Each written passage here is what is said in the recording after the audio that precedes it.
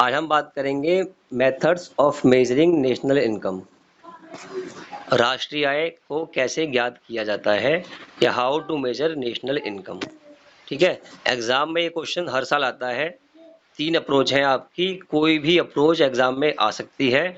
ज़्यादातर income method exam में आता है, आय विधि एग्जाम में ज़्यादा आती है, लेकिन हमें तीनों आने चाहिए। ठीक है, तो शुरू करते हैं। पहले तो हम बात करेंगे नेशनल इनकम होती क्या है, व्हाट इज नेशनल इनकम।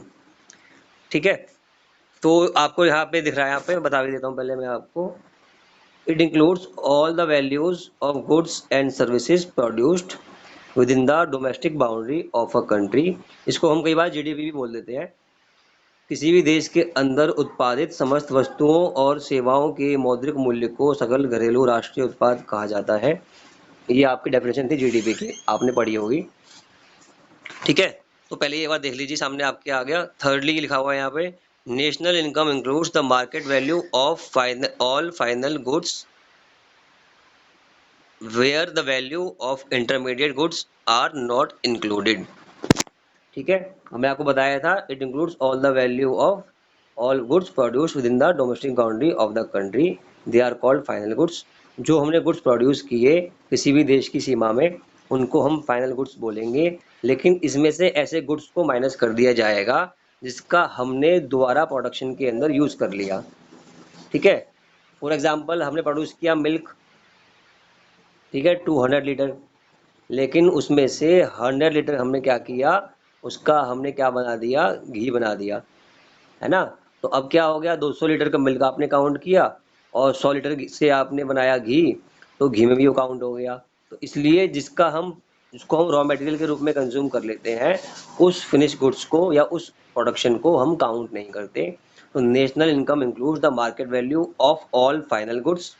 इसका मतलब क्या है, जो कंज्यूम कर लिए गए वो गुड्स, ना कि जो प्रोड्यूस कर दिए गए, less value of intermediate products.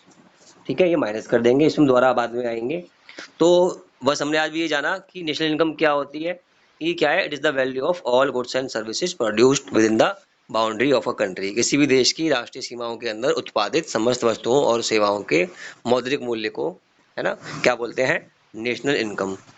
ठीक है, तो अब बात कर रहे हैं क्या क्या मेजर करती है नेशनल इनकम। तो सामने आपके आ रहा है, अभी देखिए क्या करती है ये, market value of annual product. हम बात कर रहे हैं मार्केट वैल्यू की, ना कि किसी और वैल्यू की।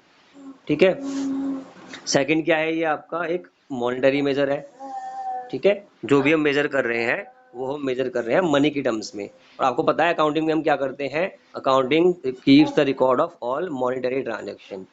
तो ये भी अकाउंटिंग है, इसको हम बोलते हैं नेशनल इनकम अकाउंटिंग, है ना।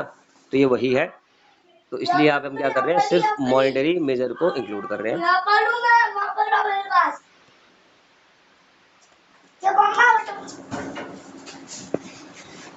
ठीक है, फिर आगे लिखा है आपके पास, a final product is one which is available for immediate consumption. Final product वो होता है जिसको हम कंज्यूम करने को ले जाएं। ठीक है, प्रोडक्शन कर दिया, वो फाइनल प्रोडक्ट नहीं है। जब वो कंजम्पशन के लिए अवेलेबल है तो उसको हम बोलेंगे फाइनल प्रोडक्ट। अगर वो हम कहीं और यूज़ करेंगे तो उसको हम फाइनल प्रोडक्ट ना बोल के बोलेंगे इंटरमीडिएट प्रोडक्ट। ठीक है, आगे चलते हैं।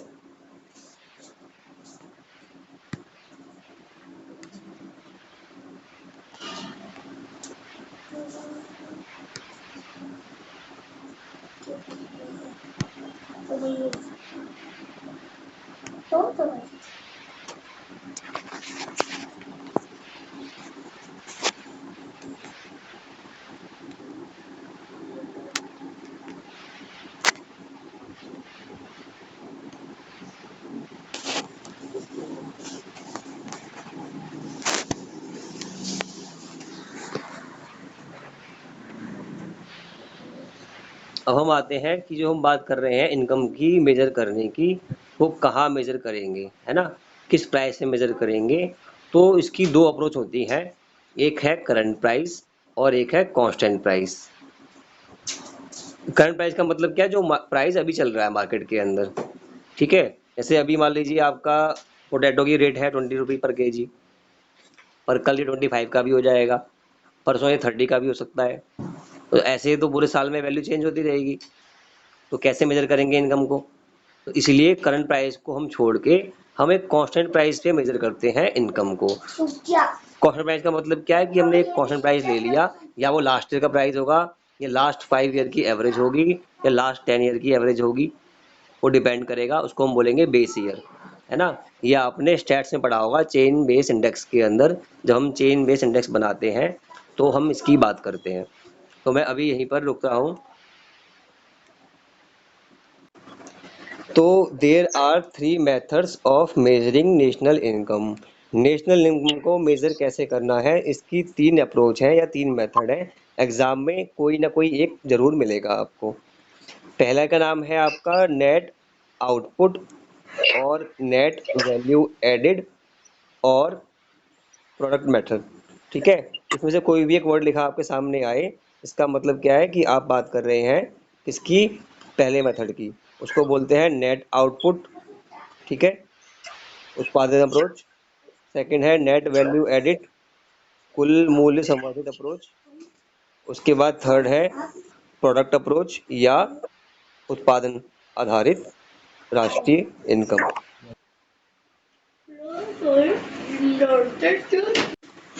सेकंड अप्रोच है फैक्टर इनकम अप्रोच। इसको ज़्यादातर हम इनकम अप्रोच भी बोलते हैं। कल हमने बात की थी स्लाइड के अंदर अपने वीडियो में कि फैक्टर क्या होते हैं, फैक्टर इनकम क्या होती है, और मैंने आपको बताया था there are different types of market. First है गुड्स मार्केट, सेकंड है फैक्टर मार्केट।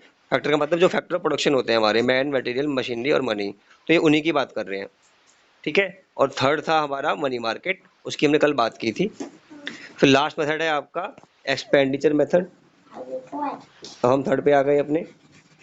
थर्ड है हमारा एक्सपेंडिचर मेथड। इसका मतलब क्या है? The amount of money the consumer spend in the economy in an year. एक साल में जो कंज्यूमर है वो कितना खर्च कर देता है इकोनॉमी के अंदर, वो आपका आता है एक्सपेंडिचर मेथड में, इस वाले में। ठीक है, फर्स्ट मेथड की नेट आउटपुट और वैल्यू एडेड मेथड, ये आपका फर्स्ट मेथड है। इसमें हमें क्या पता लगाना है कि जो हमने डिफरेंट सेक्टर्स में काम किया, जैसे कि आपका प्राइमरी सेक्टर है एग्रीकल्चर, सेकेंडरी सेक्टर है आपका इंडस्ट्रीज, टर्शरी है आपका सर्विस सेक्टर। इन लोगों ने जो काम किया उससे जो इकोनॉमी के अंदर जो था उत्पादन या प्रोडक्शन कितना हो गया। ठीक है, इसलिए इसका नाम भी क्या है? Net output. यानी कि तीनों सेक्टर का आउटपुट अलग अलग क्या था, उनको हम अगर ऐड कर देंगे तो हमें मिल जाएगी अपनी नेशनल इनकम। भाई आपको पता है, क्लियर है कि there are 3 sectors in the economy. Number 1 primary, number 2 industry, number 3 tertiary. अगर उन तीनों का प्रोडक्शन हमने ऐड कर दिया तो क्लियर है इंडिया में जो प्रोडक्शन हुआ है हमें मिल जाएगा। ठीक है, तो वही हमें निकालना है यहाँ पे। कैसे निकालते हैं? देयर आर 3 स्टेजेस या 3 स्टेप हैं उसके, स्टेप बाय स्टेप मेथड। तो पहली स्टेज क्या है आपकी? Estimating the gross value of domestic output in different sector of the economy. जो मैंने आपको भी बताया, ठीक है, कि इकोनॉमी में जितने भी सेक्टर हैं उन लोगों ने कितनी वैल्यू ऐड कर दी, वो अभी हम बात करेंगे ग्रॉस वैल्यू की। ग्रॉस वैल्यू का मतलब क्या है कि उसमें से डेप्रिसिएशन हमने माइनस नहीं किया, है ना। तो वो बाद में बात करेंगे उसकी। तो पहला काम क्या करना है? तीनों सेक्टर जो हमारे हैं उन सबको हमको ऐड कर देना है जितना प्रोडक्शन उन लोगों ने किया। तो आपका पहला स्टेप कंप्लीट हो जाएगा, जो मैंने आपको बताया था अभी स्टार्टिंग में। उसके बाद क्या करना है? सेकंड स्टेज में आते हैं अब।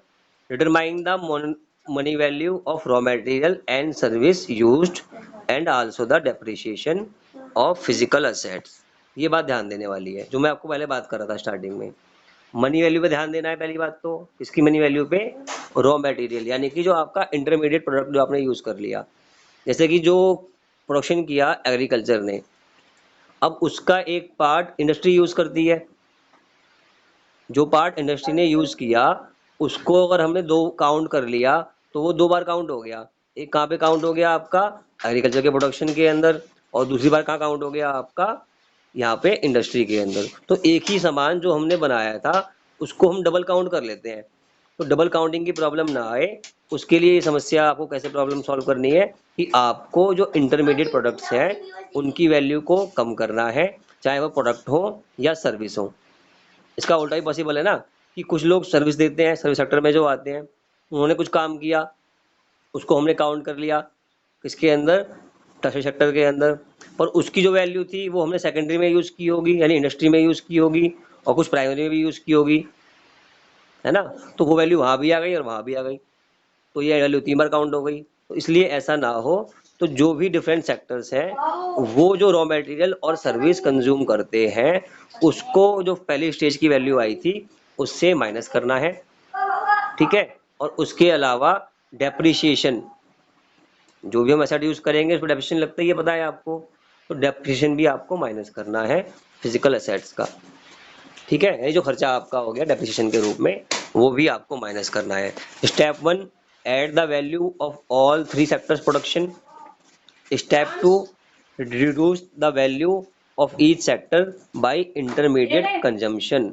यानी कि अगर इंडस्ट्री 1 ने यूज किया है कोई रॉ मटेरियल इंडस्ट्री वन का या फिर प्राइमरी सेक्टर का या फिर टर्शरी सेक्टर का, तो जो भी अगर हमने यूज किया है उसको यहाँ से माइनस कर देंगे, ठीक है। थर्ड स्टेज, ये थर्ड स्टेज है आपकी, सेकंड नहीं है, ठीक है। तो क्या है ये आपकी third stage, deduct the cost and depreciation. Deduct the cost and depreciation, इसका मतलब क्या हो गया। अब हम तीनों स्टेपों को दोबारा से देखते हैं, अब पिक्चर क्लियर हो जाएगी आपकी। पहली बात, primary sector, secondary sector, tertiary sector, इन्होंने जितना प्रोडक्शन किया उसको हमने ले लिया, वो हमारा प्रोडक्शन है, वो वैल्यू नहीं है हमारी, वो क्या है, प्रोडक्शन। अब उसके बाद से इन सब सेक्टर ने जो इंटरमीडिएट कंजम्पशन किया था, यानी कि किसी और सेक्टर का प्रोडक्शन यूज किया था, अब वो हमने कम किया, तो अब हमें मिला नेट प्रोडक्शन इन तीनों का कंबाइन, ठीक है। अब इन तीनों सेक्टर का कंबाइन जो प्रोडक्शन है वो मिला हमें, इससे पहले वो कंबाइन नहीं था, वो अलग अलग था, ठीक है। अब क्या किया, इसमें से जो खर्चे हो गए हमारे, है ना, जो खर्चे हो गए, खर्चे का मतलब क्या है, कॉस्ट और डेप्रिसिएशन, जो हमारे इन सेक्टर ने खर्चे किए वो हमने माइनस करने हैं। अब जब वो खर्चे हमने माइनस कर दिए तो अब जो बचा वो क्या है आपका, वैल्यू एडिड या नेट आउटपुट, ठीक है। Number 1 plus all the 3 sectors production, सबको ऐड कर दिया, minus step 2, reduce the intermediate goods, या जो सेक्टर ने अलग सेक्टर का मटेरियल यूज किया वो माइनस किया, उसके बाद कॉस्ट और डेप्रिसिएशन कम कर दिया, तो अब जो वैल्यू आई ये कहलाएगी आपकी नेट आउटपुट या वैल्यू एडिड, है ना। और ये होगा आपका measure of national income using value added approach. ये पहली अप्रोच हमारी अभी खत्म होती है, उसको हम बोलते हैं primary sector. Sector 2 industry, sector 3 tertiary, इन तीनों सेक्टर ने जितना भी प्रोडक्शन किया उसको ऐड किया, तो हमें मिली ग्रॉस वैल्यू एडिड। क्या मिली हमें, ग्रॉस वैल्यू एडिड। आप चाहो तो उसको नोट कर सकते हैं, है ना। Value of production of primary, secondary and tertiary sector when added is called gross value added। ये मिल जाएगी आपको gross value added। अब इससे माइनस करेंगे intermediate consumption, gross value added minus intermediate consumption, ये है आपकी सेकंड स्टेज कि एग्रीकल्चर सेक्टर भी है जो पावर का यूज करता है, एग्रीकल्चर सेक्टर फर्टिलाइजर का यूज करता है, तो पावर और फर्टिलाइजर बनते हैं आपके इंडस्ट्री सेक्टर में या सेकेंडरी सेक्टर में। तो अगर वो जो हम कंज्यूम कर रहे हैं तो उस कंजम्पशन की वैल्यू अगर नहीं घटाएंगे, वो जो पावर बनी है, वो जो फर्टिलाइजर बना है, वो एग्रीकल्चर में भी काउंट हो जाएगा और वो आपका इंडस्ट्री में भी काउंट हो जाएगा। तो एक ही प्रोडक्शन बार बार आपका काउंट ना हो, उसके लिए क्या करते हैं हम, उसकी वैल्यू वहाँ से लेस कर देते हैं जहाँ पर उसका कंजम्पशन हुआ। एग्जाम्पल मैंने आपको दिया था दूध और घी का, कि हमने 200 लीटर दूध निकाला है, हमारे पास कंज्यूम हो गया है या हमने उसका प्रोडक्शन कर लिया है, उसमें से 100 का हमने कंजम्पशन कर लिया, है ना, 100 हमने लोगों को बेच दिया, घर घर जाके आप लोगों को मिल गया वो। अब जो 100 लीटर बच गया उसका हमने घी बना दिया, है ना, उसका हमने घी बना दिया। तो स्टेज 1 में क्या होगा, वहां पर आएगा 300 लीटर मिल्क। कैसे आएगा, 200 लीटर तो हमने बनाया मिल्क और 100 लीटर से हमने बनाया घी, तो यहाँ पर 300 की वैल्यू 200 की जगह 300 आ गया, है ना। पर जब हम स्टेज 2 में जाएंगे तब हम नोट करेंगे कि भाई 100 लीटर का तो हमने क्या बनाया था, वो हमने घी बनाने में यूज़ कर लिया। तो अब जो है वो 300 में से अब 100 माइनस करेंगे तो वापस हम 200 पे आ जाएंगे। तो डबल वैल्यू ना हो, डबल काउंटिंग ना हो, तो स्टेज 2 कंपलसरी है। अब जो मिल्क प्रोडक्शन करने में खर्चा आया, गाय भैंसों को चारा खिलाया, दवाइयाँ दिलाई डॉक्टर से उनको, है ना, एक आध गाय मर गई तो जो लॉस हो गया, अब उसको 200 लीटर जो आपका दूध है उसकी वैल्यू में से माइनस कर दिया। तो अब जो आपको मिल गया ये आपकी आ गई प्राइमरी सेक्टर की नेशनल इनकम। ऐसे ही निकालते हैं हर सेक्टर की। अगर अभी क्लियर है तो जस्ट टाइप कर दीजिए, फिर आगे चलूंगा।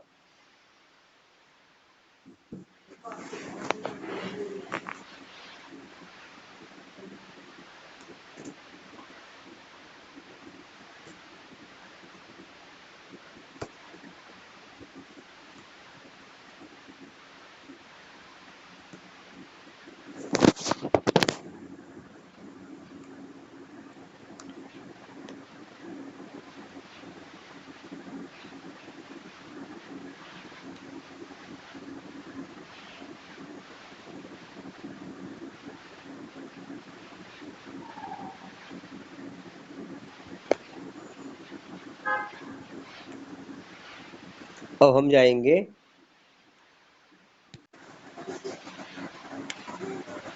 क्लियर हो जाएगा आपको। Under next factor income method we divide our income on the basis of factors of production. Factor of production हमारे क्या होते हैं, मैन, मटेरियल, मशीनरी और मनी। हमने फर्स्ट अप्रोच में देखा था जो मटेरियल है वो हमारी कॉस्ट है, तो जो कॉस्ट है वो इनकम का पार्ट नहीं हो सकती। तो अगर हम उसको यहाँ पर ऐड भी करेंगे तो हमें उसको फिर लेस करना पड़ेगा, इसलिए हम मटेरियल को माइनस कर रहे हैं, उसको हम काउंट नहीं कर रहे। मैन को हमने दिया वेजेस, ठीक है, मनी पे मिला इंटरेस्ट, ठीक है, मशीनरी या ऐसी चीज एसेट्स के ऊपर हमने दिया रेंट, और जो हमारा एंटरप्रेन्योर है उसने कुछ मेहनत की, उसको उसके लिए मिल गया प्रॉफिट, जो रिस्क लिया उसने। तो ये चार को हमने ऐड कर दिया, ये चारों को हमने ऐड कर दिया तो हमें मिल गई नेट इनकम, ठीक है। इसलिए मैंने बताया था आपको क्या, कि in this method income receive by all the basis factor of production are summed up. जितने भी फैक्टर ऑफ प्रोडक्शन है उनको जो भी मिलता है उसको हम ऐड कर देते हैं, ठीक है। फिर लास्ट में मैंने बताया कि जो टोटल फैक्टर इनकम है उसको हमने 3 ग्रुप में डिवाइड कर दिया। नंबर 1 लेबर, लेबर को मिलेगा वेजेस। नंबर 2 कैपिटल, इसको मिलेगा आपको नंबर 1, अगर कैपिटल आपकी अपनी है तो प्रॉफिट मिलेगा, और आपकी उधार की है तो आप देंगे इंटरेस्ट। फिर है मिक्स्ड इनकम, वो इनकम क्या होगी, आपका रेंट भी हो सकती है या कोई और भी पार्ट हो सकता है जो हम अभी आगे देखेंगे, ठीक है। तो अभी मैं चलता हूँ आगे।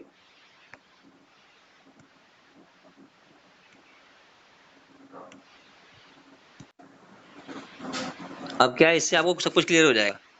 टाइप्स ऑफ इनकम, ठीक है, सब क्लियर हो जाएगा इससे। पहला है लेबर इनकम, जो मैंने आपको बताया कि जो लेबर होते हैं, जो काम करने वाले होते हैं, कहीं भी काम करेंगे, जो मैन होगा, ह्यूमन होगा, जहाँ भी वो काम करेगा, उसे क्या मिलेगा, आपको मिलेंगे वेजेस, ठीक है, या सैलरी, बोनस मिल सकता है आपको अच्छा काम करने के लिए, प्रॉफिट अच्छा हो गया तो। सोशल सिक्योरिटी का मतलब क्या है, मेडिकल बेनिफिट्स, है ना, या जॉब परमानेंट हो गई आपकी, एंड वेलफेयर इंश्योरेंस करा दिया आपका। तो जो भी सैलरी के पार्ट होते हैं बेसिकली वो सब आ जाते हैं।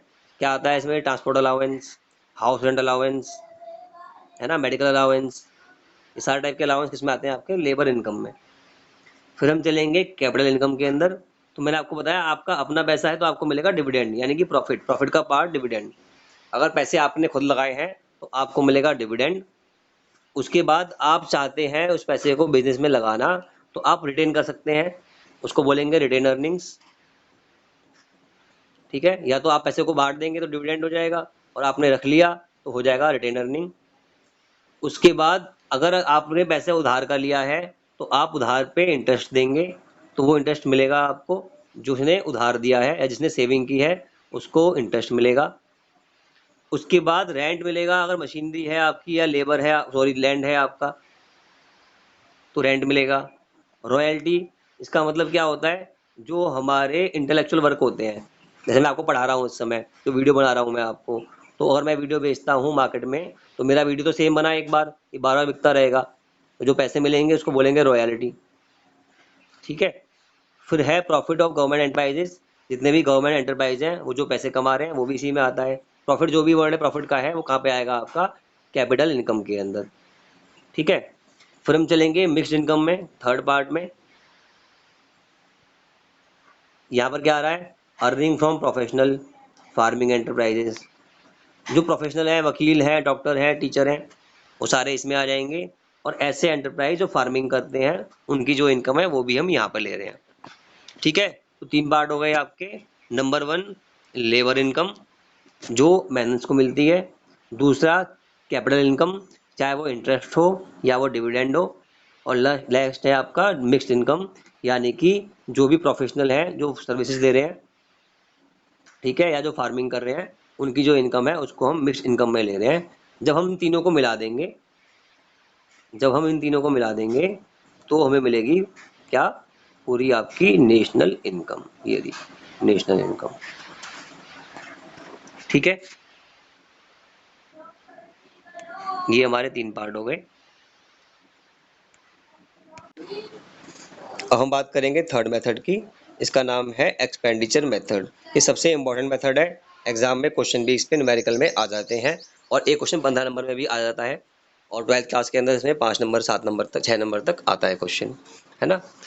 तो ये आपको मैंने बताया था इसके वीडियो के शुरू में कि एक्सपेंडिचर मेथड का मतलब क्या है। सिंपल, कि जितने भी लोग हैं देश के अंदर, ठीक है, उन सबका खर्चा जो उन्होंने खर्चा कर दिया उसको हम ऐड कर दें, तो जो हमें मिलेगा वो आपकी होगी नेशनल इनकम। क्योंकि एक्सपेंडिचर इक्वल टू इनकम, जो हमने खर्च किया वो किसी को मिला होगा, है ना। तो ये मानते हैं कि जो हमने खर्च किया वो किसी को मिला होगा, तो उसको हम मान लेते हैं क्या, कि ये हमारी नेशनल इनकम है। तो इससे पहले हम आगे चलें, पहले हमें पता होना चाहिए कि हमारे सेक्टर कितने हैं इकोनॉमी के अंदर जो कंज्यूम करते हैं। ठीक है। तो आपने पढ़ा होगा सर्कुलर फ्लो ऑफ इनकम, वहाँ पे दे रखे थे आपको डिफरेंट सेक्टर्स। पहले दो सेक्टर थे, कौन कौन से, हाउस होल्ड और इंडस्ट्री या बिजनेस। फिर तीसरा आ गया house hold, industry and government, C+I+G, है ना। फिर क्या हुआ, उसके अंदर एक और आ जाता है, उसको हम बोलते हैं फॉरेन, है ना, या आउटसाइड इंडिया। तो हम ऐसी बात करेंगे तो हमें समझना है कि कंजम्पशन करने वाली यूनिट जो है वो एक तरह से चार होती है मोटी मोटी। नंबर वन, नॉर्मल कंज्यूमर, आम आदमी, हाउसहोल्ड्स बोलते हैं इनको। ठीक है। उसके बाद आपके आती हैं इंडस्ट्रीज, चाहे वो प्राइमरी हो, चाहे टर्शरी हो, चाहे सेकेंडरी, जो बात की थी हमने। जो भी बिजनेस हाउसेज हैं उसमें आ जाएंगे, बिजनेस बोल देंगे इसको हम। फिर आएगी गवर्नमेंट उसके बाद। ठीक है। गवर्नमेंट क्या करेगी, टैक्स लेगी आपसे, है ना। तो गवर्नमेंट भी होती है। तो ये तीन सेक्टर हो गए। उसके बाद आखिरी सेक्टर, जो लोग हमारे देश में नहीं रहते, देश के बाहर रहते हैं। क्या वो कंज्यूम नहीं करते, करते होंगे। क्या वो इन्वेस्ट नहीं करते, करते होंगे। तो अगर वो हमारे देश में करेंगे तो हमारी इनकम बढ़ेगी, और बाहर करेंगे तो किसी और की बढ़ेगी। ऐसे ही इंडिया के लोग भी हैं जो इंडिया में कंज्यूम करते होंगे, और इंडिया के लोग कुछ बाहर भी कंज्यूम करते होंगे, थाईलैंड घूम के आ गए। ठीक है। ये थर्ड टॉपिक आ गया। सेकंड टॉपिक तो पढ़ लिया हमने। पहला था हमारा प्रोडक्ट मेथड, दूसरा था इनकम मेथड, ये थर्ड मेथड है हमारा एक्सपेंडिचर मेथड, है ना। तो मैंने आपको बताया कि इकोनॉमी के अंदर मोटे मोटे चार सेक्टर हो गए। नंबर वन आपका हाउस होल्ड, नंबर टू आपके business houses, number three government, और नंबर फोर फॉरेन सेक्टर। ये चारों सेक्टर जो भी काम करेंगे, जो भी कंज्यूम करेंगे, या जो भी खर्चा करेंगे, अगर हम उसको मिला देंगे, उन सब के खर्चों को ऐड कर देंगे, तो हमें मिलेगी नेशनल इनकम। ये एक्सपेंडिचर मेथड का तरीका है। ठीक है। तो अब चलते हैं आगे कि ये क्या बोलता है। Gross domestic product equal to C+I+G। ये वर्ड बहुत बड़े बड़े हैं आपके, है ना। Gross domestic product equal to C+I+G plus X minus M, जो मैंने बात की कि हम लोग कुछ बाहर खर्च करते होंगे, कुछ बाहर वाले हमारे यहाँ खर्च करते होंगे।